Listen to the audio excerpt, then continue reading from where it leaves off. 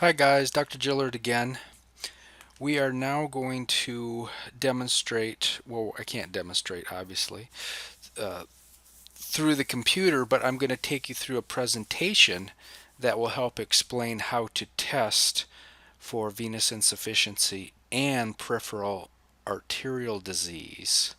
So we'll actually spend a little time talking about that. Now I already did a video on peripheral on the venous system pathology, so look for that one. Well, it'll probably be right before this one on my YouTube channel. And here we go. This is a different version than I uploaded. It's a little more watered down, so I'm not going to go through it, but I will go through the slides. If you want to jump ahead to slide 39, that's where we're going to start. But all right, here we go.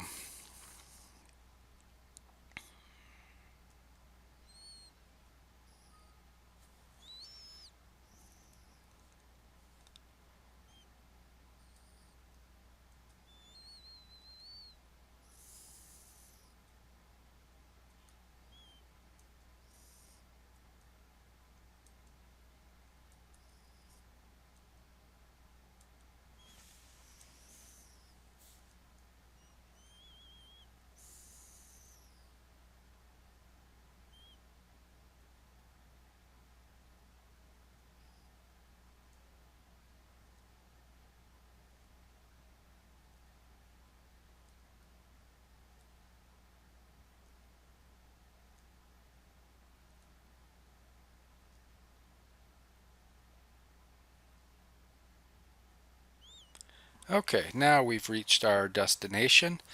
So let's talk about the venous examination. Now some of this I've went over in lab. Remember we missed one of our hours last week because of Thanksgiving. So some of this stuff you may not have seen. So anyway, here we go. So the first part of the examination, of course, is inspection. You should have the patient stand for 3 or more minutes in order to bring out any possible varicosities, like these are varicose veins of the saphenous vein here, or greater saphenous vein. It also may bring out reticular veins, and all of these are indications of venous insufficiency.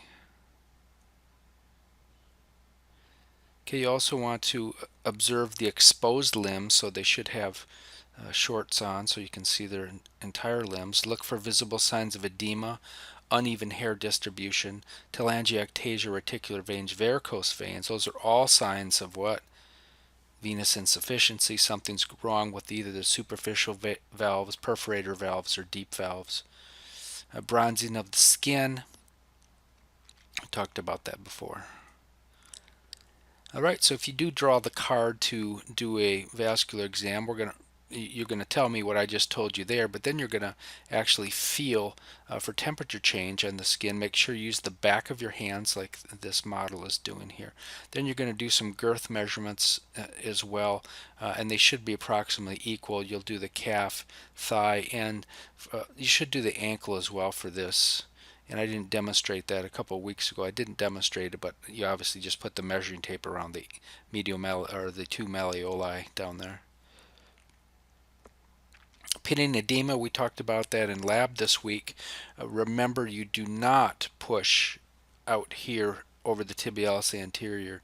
You want to push along the medial surface of the tibia, just medial to the anterior tibial border, where it's all bone and skin. If there's edema under the subcutaneous tissue, this is a great place, and you'll actually find some pitting here. You can use your thumb or your fingers, one finger or two fingers. Don't forget to do both the malleoli in the gator area here as well. Rating the edema, I'm not going to hold you to this, but you can go through that if you want. Bilateral versus unilateral. Unilateral pitting edema is typically secondary to an occlusion of the deep veins, which is not a good thing, or incompetent valves of the deep or perforator system.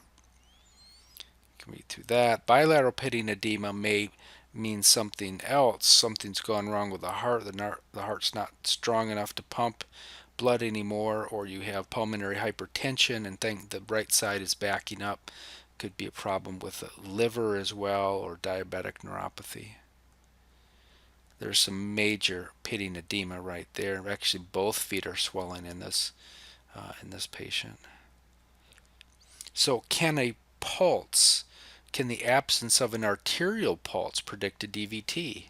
So, if you check the dorsalis pedis or the posterior tibial popliteal pulse, is that going to do you any good? No, because you still have arterial flow.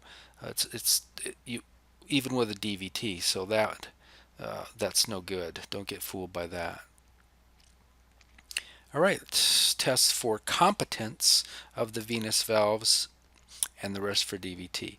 Who are these tests, or who are these tests used for? When would we do a test like this?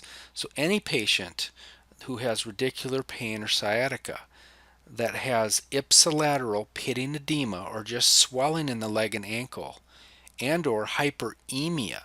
So if you have a patient with sciatica and you get them in a gown and you look down at their legs, and the leg with sciatica affected by the sciatica is red, and worse yet, if it has some pitting uh, either at the malleoli or swelling at the malleoli or along the medial tibial border, that's not a good sign. And you can monkey around with these tests, but I'll tell you right now, if any of my patients ever had that scenario, knowing what I know today, they're going right to the emergency room to make sure they don't have a DVT. You can do the Perthes test or the Perthes test if you want. I guess you probably should if you plan on treating. But I would still, if they present with these big signs here, then they need to go. Now, if they just have sciatica and maybe things aren't making sense to you, maybe if they have some varicose veins, now that's a good one. Patients with varicose veins and sciatica, maybe they don't have pitting edema or they don't have hyperemia. Their skin's not red, but they have varicose veins. The patients with varicose veins, the chances are much greater that they could have a DVT when compared to someone who doesn't have one. You can have a SVT, a superficial venous thrombosis, which is not as serious, still needs to be treated, because if it's not, it could migrate through the perforators and become a DVT. I think in my last video I told you about the odds of that happening. Now, these tests that we're going to do here, they do not have high sensitivity or specificity, but they're the best that we have against the deadly deep vein thrombosis, so we should know how to do them. But duplex ultrasound is the gold standard, but that will require a referral to the hospital. Now, any patient that you suspect with a DVT should be referred immediately for an ultrasound. This means to the ER. How many times do I have to say that? I will probably keep saying that so it sinks in. All right, the first test is Brodie-Trendelenburg Test. Now, I did not demonstrate this in class, but you should know about it. I'm sure Dr. Brown has talked to you about this test, so you probably know about it already. But now this is a little anatomy review here. Here's the SFJ, the sacrophumeral junction. There's the common femoral vein, common artery. Inguinal ligament would be right up here. Remember, the femoral vein and artery both split into a deep femoral, and then it continues down as just the femoral vein. I think in our anatomy class we just called the whole thing the femoral vein, but you should make a distinction as you're getting up in the higher quarters now. Common femoral is the one that splits. And this is the great saphenous vein. There's a big valve right here that controls this vein, almost like a perforator. This is almost like a giant perforating valve. And then there's perforators that there's one right there, a perforator, and there's quite a few of them in here. Okay, so Brodie-Trendelenburg test. So you're going to start the patient in a supine position. You're going to elevate the leg to 45 degrees or more to drain the venous blood out. You can actually massage the inside and the lateral part of the thigh to drain the great saphenous and the short saphenous. And once the once you get all the blood drained out of it, or let me go through this to make sure I don't miss anything here. Well, yeah, let me tell you what the test is for. Duh. Here's the AKA, the tourniquet test. So this test is really only done on patients who have varicose veins. And the test is used to figure out if the patient's varicose veins, why do they have the varicose veins? There's only two reasons. One is that the superficial valves are shot, they're incompetent. And the other is that the perforator valves valves are shot. So superficial valves are shot versus perforator valves are shot. So who cares about this? Why are we messing around with saphenous veins? We can refer this to a vascular doc. Well, because the perforator valves, incompetence of the perforator valves greatly increase the chance of a patient developing DVT. That's more serious because if they do get an SVT, that can migrate through the perforators into the deep system, and then of course we learned in the last video you can be killed.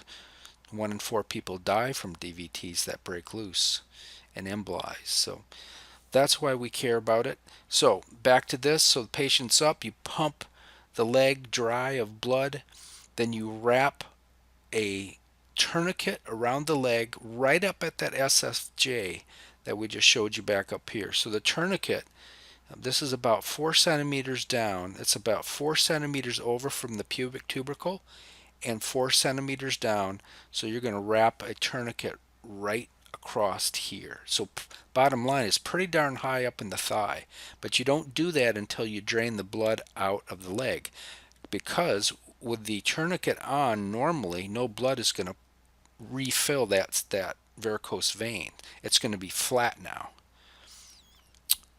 All right, so we drain the blood, massage the saphenous, put the tourniquet on. Okay, you can see we're testing this guy, just had a little bit of varicosity. Maybe there's one on the other side, but that's what I guess they're looking at here. Okay, so tourniquet's on, 4 and 4 we talked about. Now, once the tourniquet's on, have the patient stand up, and all you have to do is watch that varicose vein, or watch, maybe you drained him so good you can't even see him here. Okay, but watch the medial side for the great saphenous and the lateral side of the leg for the small saphenous. Those are the main ones, and see what happens. Okay, so here's some possible outcomes. Now, if the perforator valve distal to the tourniquet are working, they're competent, then not much is going to happen. The varicosity, so this thing right here, will slowly start to fill up within about 5 seconds, which is quite a long time. How come it'll fill up? We have this. Oh, another important caveat, right? You don't want to put this on so tight you clog the deep system. So don't put it on too tight. Not like if he was bleeding, you want to put a tourniquet on. That would stop the deep system. You don't want to put it on. But you can see there's some indentation there, so it's on pretty tight. I demonstrated that pretty good in lab and checked some of you. So some of you already know how tight. Okay, so if the perforator valves are working, the perforator valves will not be allowing blood to leak from the deep system and fill this thing up, right? No, you're going to have arterial blood coming into the leg. So this is slowly going to start to fill up. The blood that's in the skin is still going to drain through that reticular system into the superficial system, which includes the saphenous veins. So the saphenous vein is going to start to grow, but it's going to grow very slowly, about 5 seconds, and it's going to grow from the bottom up. That's if the perforator veins are functioning. Now there's the pressure difference. The pressure, when you're standing, you're still contracting the muscle pumps. So the pressure inside the deep system is higher than the pressure in the superficial system. So it's going to shut the perforator valves so blood doesn't leak from the deep system into the superficial system. Okay, so that's a normal finding.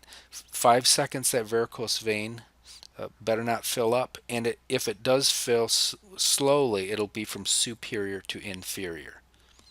Got it? Hypotheses, I think I just explained the hypotheses there. You could read through that. Now, if the perforator veins are not competent, what's going to happen? So if you got a leaky perforator valve and you got high pressure in the deep system, that perforator valve, whether it's up here or here or here or here or here or here, wherever it is, it's going to spring a leak the minute you stand up. And perforators drain where? Into the superficial system. All the superficial tributaries drain into the great saphenous or the short saphenous. So that varicosity is going to almost immediately fill up with blood. Okay, that's the whole deal here behind this. We're checking those perforators to see. Now, let's say in this patient you stand them up and that varicosity just pops up with blood immediately. You're like, okay, perforator is blown somewhere. Now, where the heck is it blown? I mean, it could be blown up here. Blood could spill in and leak down here if the valves of the superficial system are shot. So what you can do is you can actually move this tourniquet down, and you can try it here and see what happens. Maybe it'll fill up again. You can move it down lower. You'll come to a point. Let's say we put it on right here, and he stands up, and it doesn't fill back up. Well, that means that these perforators are all doing good. So the problem is proximal to the tourniquet. So one of the perforators is leaking into the system here. Although it's a little more complicated than that, because if it's leaking, well, no, it's not more complicated than that. Because if the tourniquet is here and the leaky perforator is up here, this will not fill up with blood. But if the leaky perforator is here and I put the tourniquet just above it here, now that thing's going to leak like a sieve, and this is going to fill up immediately. Okay, that's kind of the idea of it right there. So let's read through, make sure I haven't missed anything here. Let's see. Competent, we did that. Furthermore, they will not necessarily fill. Yeah, there's the other thing. So it depends where the leaky perforator is. So it may not fill from inferior to superior anymore. If it's up high, it may fill from superior to inferior. Okay, this finding indicates that the varicosities are due to secondary perforator valve insufficiency. Okay, so if the varicosity is above, now what happens if they fill above the tourniquet?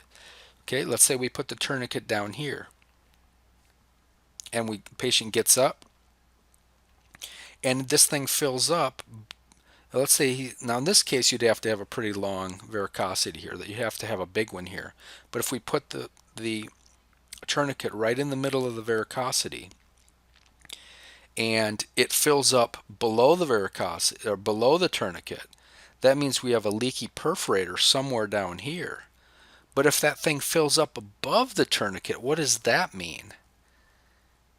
What does that mean? That means that we have the SFJ, the gatekeeper, the big valve that blocks off the saphenous, the greater saphenous.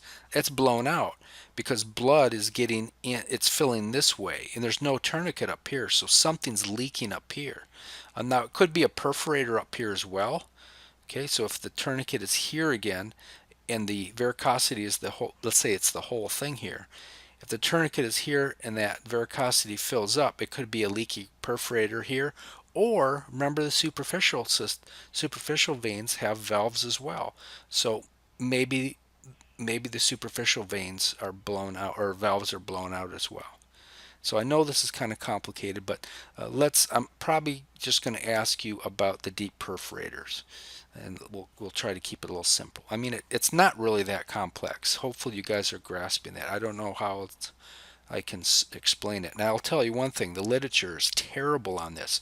It's taken me a long time, probably 3 or 4 days, to figure this out, how this system works, because all the books tell you, kind of give you the basics, but no one really explains. So I had to go through many different books to piece this all together. So I guess it is kind of complicated. Anyway, Okay, so we talked about relocating that. You can read through that. So let's review. I think we're done with that one. Let's review this one more time.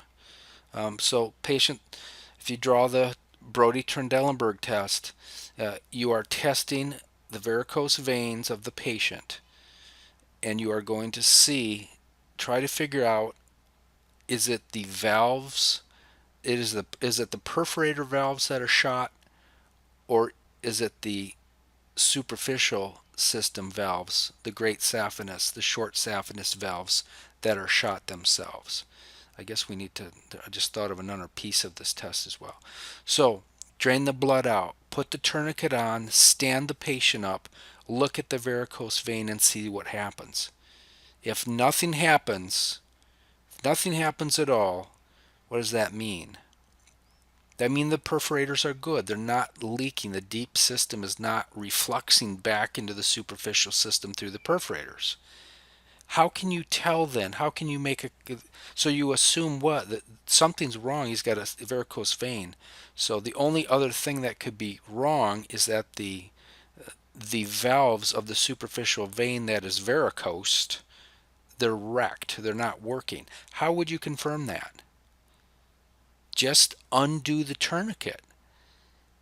Right? If you undo the tourniquet, the blood should come flying back down that vein, and that varicose vein should pop right open because there's no valves to stop the blood flow.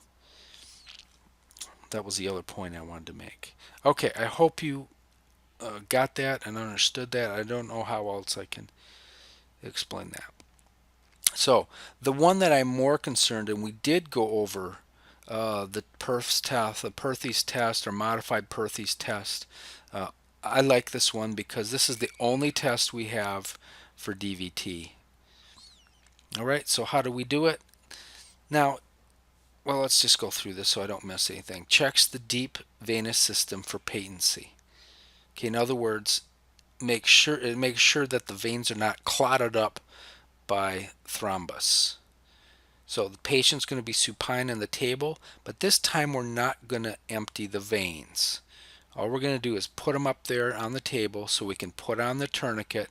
You can again go just below the SFJ, not too tight because we don't want to occlude the deep veins we're testing. All right, then we're going to simply have the patient stand up with the tourniquet on. Now this time we're not going to be observing him. This time we're going to have him walk briskly for 5 minutes, kind of around the room, and you're going to kind of observe what happens to him.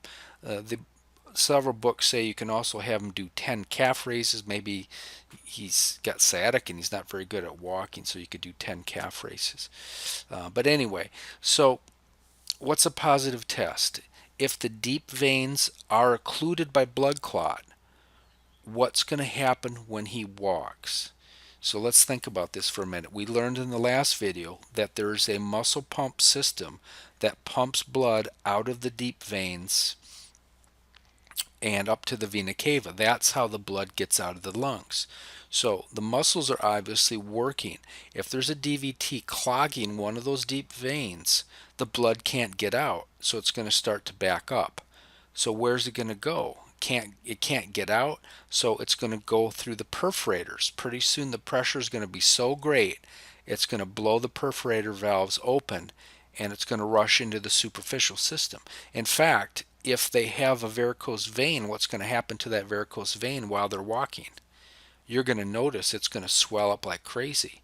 So that's going to be the first sign. You could probably stop the test right there, because if you don't, the blood is going to keep backing up. More blood is going to be coming in. Remember, the way the system works is every step that you take, blood is ratcheted up, and then during the swing phase, when the muscle is relaxed, blood is dumping into the system, dumping into the muscle pumps via the superficial system. So the deep system is going to keep getting fed with blood, and it's not going to get out. So more blood's going to keep backing up into the superficial system. It's going to try to go right up the superficial veins, like the greater saphenous vein, to get out, but it can't. Because why? Why can't the blood get out of the superficial system? because you just cut it off with the tourniquet.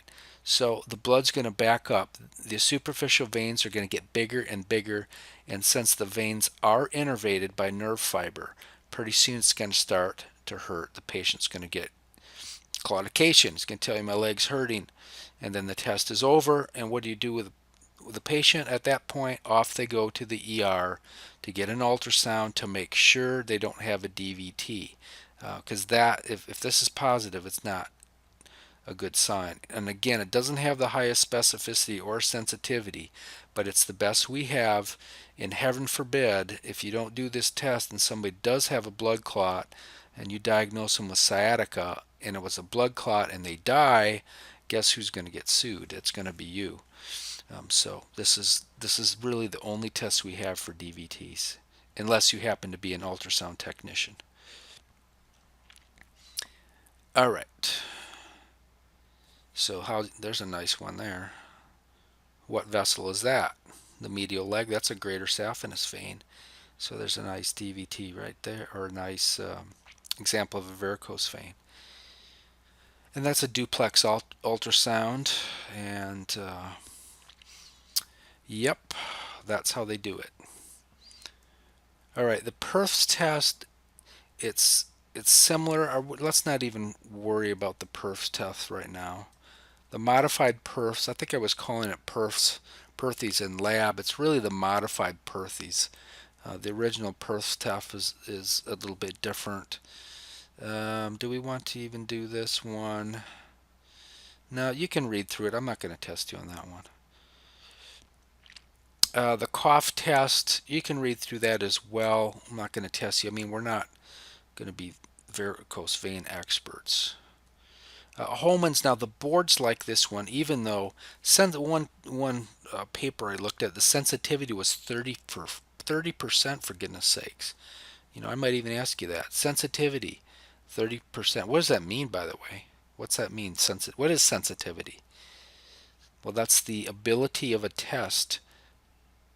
Given that someone has the disease, it's the ability of that test to pick out that person and tag them as positive. So Homan's test is terrible. It's only picking out 30% of the people who really have a DVT. But again, for some reason, the boards like this test, so you better know it. It is someone's going to get this card in the final. So it's almost like a braggart's test, but you're going to get huge points marked off if you don't bend the knee. So you can bend it up like this. You can bend it on the table, but the knee has to be flexed to almost 90 degrees. And the question is why? Especially if the patient's got sciatica. Because if you dorsiflex the foot and someone has sciatica, you might recreate sciatic pain and get it confused with a DVT. And this way the sciatic nerve is relaxed a little bit. Tension's out of that sciatic nerve, so you should be able to dorsiflex okay. All right, and basically if they get severe pain in the calf with this, then you've got to suspect a DVT in which vessels? That would be a good question, wouldn't it, for the test? Which vessels?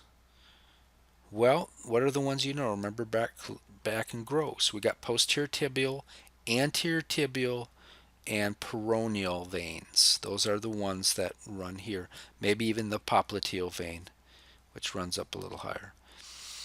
Okay, now I don't know, maybe I'm going to go straight through here, but let's start a new section. Hi guys, Dr. Gillard again. Let's go over peripheral artery disease. We didn't have a chance, we missed this lab completely. That was Thanksgiving last week, so let me give you, there's only a couple tests, so it's not too hard, but we need to go through this. So here we go, peripheral artery disease, or PAD. So peripheral artery disease, AKAs, atherosclerotic obliterans, lower extremity arterial disease, occlusive peripheral artery disease. Although definitions vary, PAD is typically described as an artery disease of the lower extremities.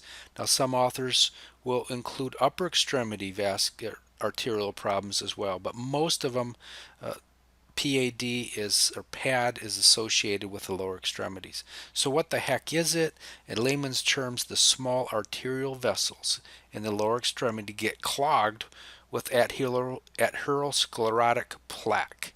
They get clogged up with plaque from cholesterol and fat, and the lumen of the artery gets narrowed. The bottom line, the pipes get smaller and smaller and smaller, and the tissue, the supply of blood and oxygen to the tissue gets less and less and less because of this clogging. Because of the lack of arterial blood, the tissue of the lower extremities can actually start to die, and sometimes, but not always, cause pain. That's the weird thing about PAD, is it doesn't, only 50% of the time is it symptomatic. So it can be kind of brewing away down there and you don't even know it. And it's also, if it's brewing away down there in your lower extremity vessels, the chances are it's going to be brewing away in your heart and carotid arteries as well. So important stuff here. So some facts and figures. PAD affects approximately 8 to 10 million Americans. That's its prevalence, right? That's the prevalence, the amount of it in the population right now, or 12% of the population. It is not symptomatic in 50% of the cases. The biggest risk factor is increasing age, and it's strongly associated with cardiovascular related morbidity and even mortality. So if you have PAD, your diagnosis with PAD, you have a 4 times higher chance of dying of cardiovascular disease, which is a stroke or a heart attack. So that's a pretty serious number. What are the sides of PAD? So we can have an absent lower extremity pulse, right? So now all those pulses that we learn are going to come into play, especially a decrease in the tibialis posterior pulse. In fact, that is the best non-invasive way to check for PAD, is just by taking the posterior tibial pulse. Why?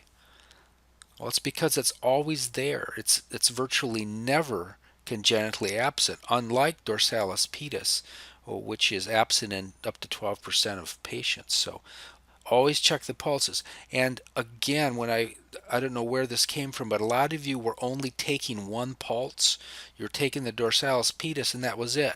That you don't do that. You have to take all the pulses: dorsalis pedis, posterior tibial, popliteal, and femoral. Because why?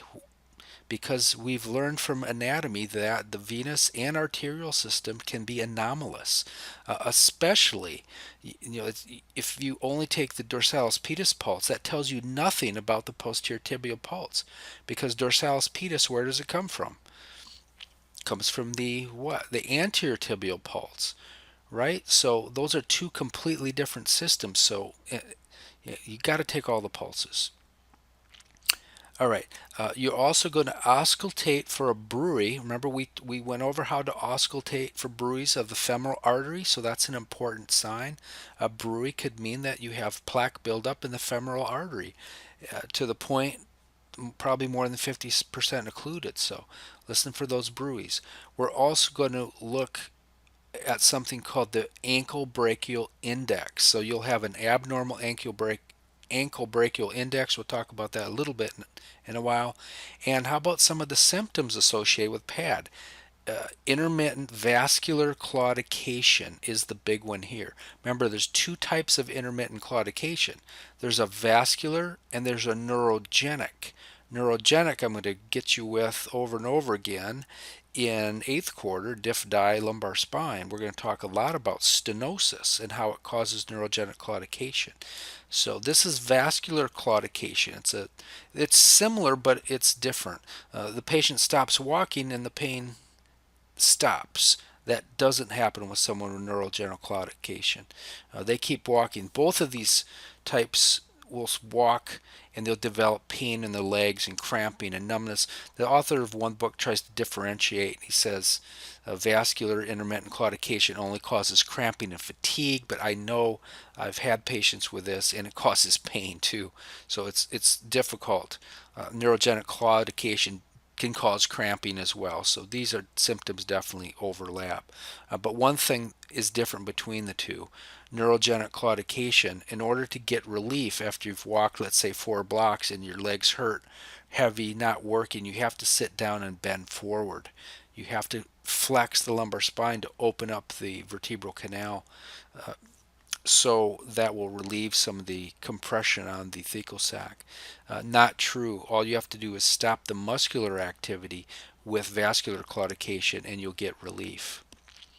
Okay, enough about that. But I like that question, so be ready for that one. Oh, here's the little chart right here. So I don't buy this. I don't buy this here, but this is definitely true. So standing still for vascular, got to sit down and lean forward. Anatomy, we're not going to go through this, but you should know at least the intima is the innermost layer of the blood vessel. Here's the lumen right here. Then there's the media and adventitia. So a specific cause of PAD is atherosclerosis. Get flat, fatty plaque. Deposits build up in the intima and clog the artery.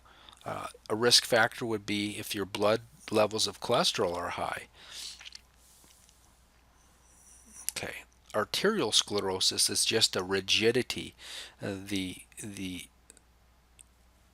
intima gets very hard and it has an increased compliance, and that can often happen with age. That will also do what to your blood pressure. That'll jump your systolic blood pressure up. So both of these are causes of PAD. Good test question. What about risk factors? It's exactly the same. If your patient has hyperlipidemia, a smoker, hypertension, diabetes mellitus, obesity, couch potato, physically inactive, the chances of PAD are higher. So how do you make the diagnosis? The gold standard, undisputed king of making the diagnosis is the ankle brachial index. So ankle brachial index, as some of you have seen, it's very easy to do. We're actually just finding the cutoff pressure. Remember, like I taught you to take the cutoff pressure? So you're going to find the brachial artery cutoff pressure, just they call it the arm, but it's the brachial artery. But you're only going to pump up the cuff, and you're just going to use the Doppler. Remember the handheld Doppler that we've been playing with? All you're going to do is find the brachial artery, where right in the top of the cubital fossa, not on the side of your arm, right in the top of the cubital fossa. Pump up the blood pressure cuff and get the cutoff pressure, plug it right into this number. Then you're going to go down to the ankle. You can use the posterior tibial or you can use the dorsalis pedis. I prefer the posterior tibial because it's always there. Get that cutoff pressure. You put the cuff this time where? Right around the calf. And you cut off the pressure there. And then that gives you the ankle brachial index. So let's see. It's been estimated that a significant percentage of the population has PAD undiagnosed. That's very believable. By employing the ankle brachial index, more patients can be diagnosed earlier, and the disease or the treatment of the disease is much more effective. That's just why I strongly believe that when you get into practice, I think you should shell out the $1,500 or the $1,200, or maybe by then it'll be cheaper, but you need to get one of those handheld Doppler units. You can save someone's life, and it's a quick thing to do. You could probably even teach your CA to do it, and you can just check the results. So it's a great service to the patients. I really like it. Plus, you can bill for it. So that's always a plus. Buerger's test. Okay, I know Dr. Brown has talked about this test. Now, this test, oh my goodness, none of the board books, the chiropractic board books, Bates and Seidel can't agree. Jarvis doesn't agree. It's just a mess. They don't even describe the test, and yet it's a fairly important test. And it can. What is it? What is it testing actually? The test is for something called critical limb ischemia, which means the tissue is not getting enough blood, and it's almost always secondary to PAD, but not always. You could have an arterial tumor, or a tumor clogging an artery, or you could have an arterial blood clot. So this test is for CLI, critical limb ischemia, not peripheral artery disease, although it's caused by peripheral artery disease. Okay, so the authors, it took me a long time to put this thing together in an evidence-based manner. I really like an author called Spittel, 2003, but he wrote a very good evidence-based book. So did McGee, not the one you have for CCE4, but the MCGEE, which Dr. Sousa, our dean, really likes. And if I ever get to actually teach this class instead of lab, I guarantee you that's going to be the book we're going to use because it's very well written. Although these will all, we need to piece this class together, we need all these books because no single author tells the whole story on all this stuff. Anyway, I digress. Let's get moving here. There's McGee, how he describes it. You can read about the original version of the test, but he does it. I like the way he does it, and that's the way we're going to teach it. So here's the Buerger's test. Here we go. So the patient is going to be supine on the table with the legs and feet exposed so you can see their skin. So the doc is going to raise one leg at a time. Let's not do two legs at a time. You're going to hurt your back on someone heavy. Just do one leg at a time to 45 to 60 degrees. I kind of like 60 degrees because you can remember you have to hold it there for 60 seconds. One author actually says 90 degrees, one says 45 degrees, one says 60 degrees, one doesn't say anything. But I think if 45 to 60 degrees is good. Okay, so hold it there for 60 seconds and observe the bottom of the feet. Why the bottom of the feet? Well, it'll work like in a Caucasian, it'll work on the foot and leg, but on a person of color, it doesn't work so good. It's hard to see color change, but on the bottom of their feet, it will typically be lighter, so this is a good place to look for it. Okay, so you're going to look and see what happens. Look for a color change. Now, you can repeat, well, we got to tell you about the changes, the possibilities, but you'll repeat that on the other leg. Okay, so what's a positive finding? So although the bottom of the foot should lose some of its color, some of its rosy color, oh, this guy didn't, right? This is still pretty rosy and pink looking. It will not turn this ghostly, like Casper the Ghost here. It won't turn that color. At least maybe if you leave it there for an hour it will, but within 60 seconds is the time limit. It should not turn this color. So this is paler. This is an abnormal finding. This guy has critical limb ischemia because of this. We'll talk about some times here in a minute. Okay, so the pallor is a positive finding, indicates critical limb ischemia, probably secondary to PAD. Bottom line, the pipes are clogged. The arteries are clogged so bad that the blood doesn't have enough force to get through against the little force of gravity. So not a good thing. Okay, now step 2. Now this is kind of a confirmation step.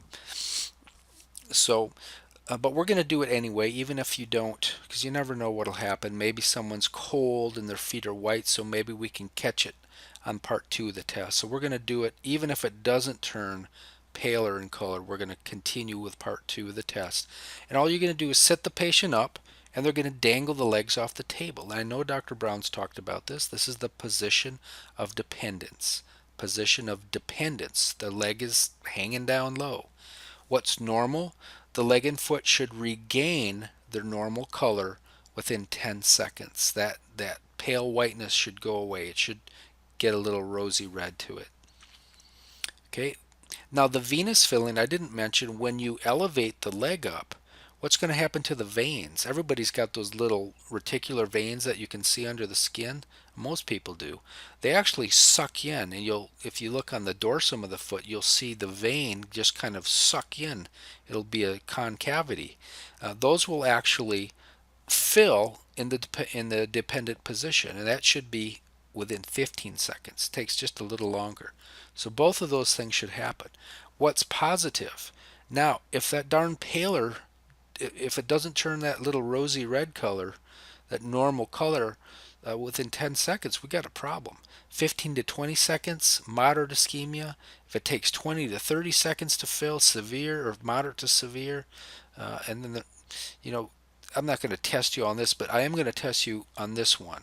So if it doesn't fill within 10 seconds, we have a problem, and I'm going to test you on this one. If it takes more than 40 seconds to turn back to normal color, you have severe critical limb ischemia. So that's not a good thing. In fact, I read in one of the texts that this dusky red, this is the one that's going to pop up with. You're not going to see it in 15 seconds. It's not going to turn dusky red. It's going to first turn back to its normal color. It may not be for a minute, and then this dusky red thing hits this deep ruberous red color. So if any of these, if it's more than 10 seconds, the diagnosis of critical limb ischemia is confirmed. Now, step 3, we're going to do the entire procedure again on the other limb. Why? Because one limb may not be as clogged as bad as the other. So it may not be clogged at all, although it probably will, but the magnitudes can be quite different. So repeat the whole test. So what the heck? I'm going to ask you about this. What is dusky red? What is the mechanism behind that? So when the leg is elevated and the tissues can't get enough oxygen from the blood because the pipes are clogged, we have a bunch of biochemicals that are released from the endothelium, and we'll just leave it at that. These are vasodilators, and when you're in that elevated position, your tissue up in your feet are screaming, we need oxygen, we need oxygen. And so blood vessels are releasing these chemicals that are vasodilators, but they can't get up there, right? Your feet are, the gravity's too strong. So these these vasodilators are piling up in the blood, just waiting their chance. And when does the chance come? When you put the foot in the leg in the dependent position. Now gravity's with them, and all these vasodilators come flying into the lower extremity, and they overdo it. You get an over opening of the blood vessels because of all these chemicals, and that's what your dusky red. What is dusky red anyway? What is this condition really called? This is a hyperemia. There's too much blood in the superficial, in the dermis of the skin, or just below the skin. The dermis is below the skin. So that's what dusky red is. Okay, I think I said all that stuff there. So here's a chart you can go through. Again, here's the elevation paler, gives you the time. So 60 seconds should be fine.